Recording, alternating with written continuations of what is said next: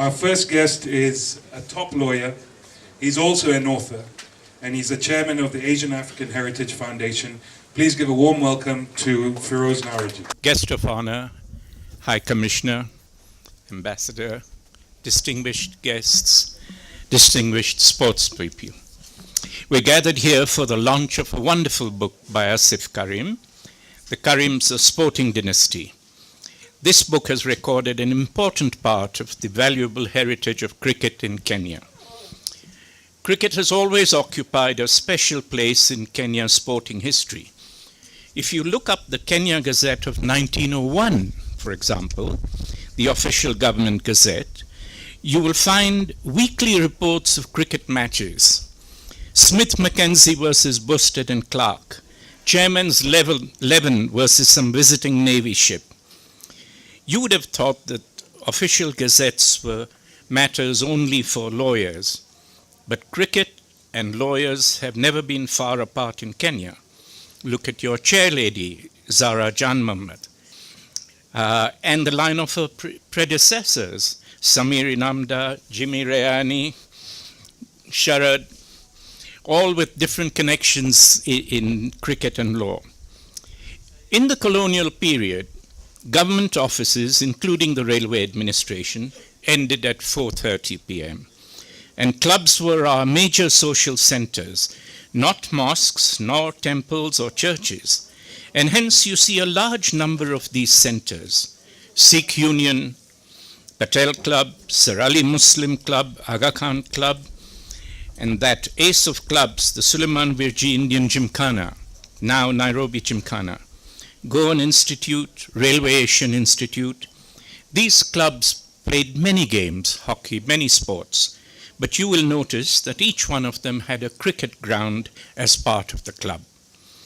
Against this background, the achievements of the Karim family over more than half a century are all the more remarkable.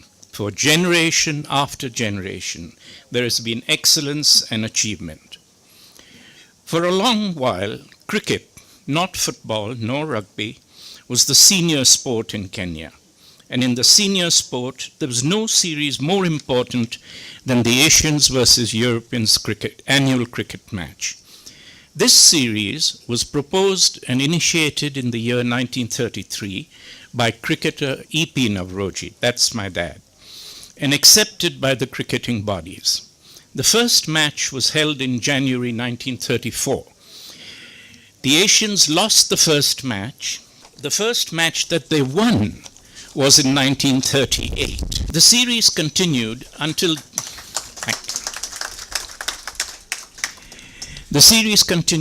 just before independence, with breaks during the war. Some of the names in those 1930s matches are important: G.N. Shah, E.P. Nowrojee, Gurcharan Singh, Yakubuddin Karamchand, as were the players of that marvelous generation of the 1950s that followed. When Pakistan's PIA 11 came here in 1959 to play against the SVIG and the Select Asian team, Jala opened the bowling and bowled Hanif Muhammad out with the first ball of the match. That was the standard of the 1950s generation. And Hanif Muhammad, as you all remember, was the highest scoring for years. He was the highest scoring batsman in the world.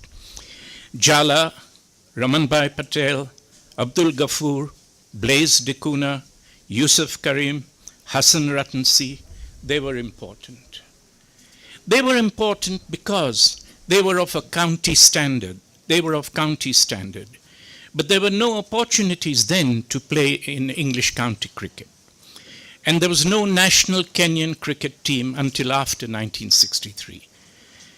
So it is for us who follow them to recognize their unacknowledged achievements.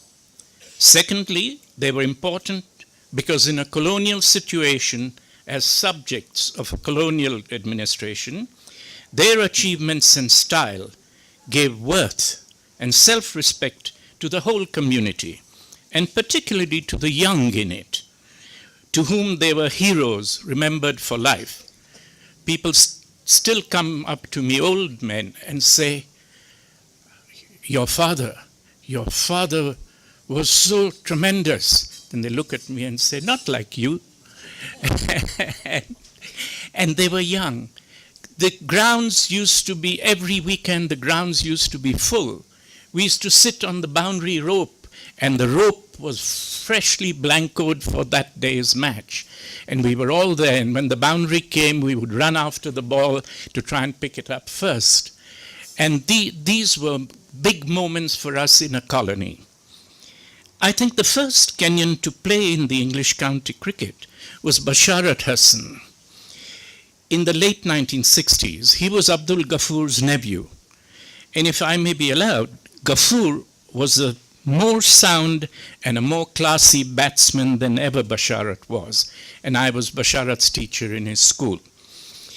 I draw your attention to this newspaper report because it is one of the few records that we have preserved of our sporting legacy of that time. The book being launched today is the record of an important and exceptional family in Kenya's sporting history. It is also the record of the community and of Kenya.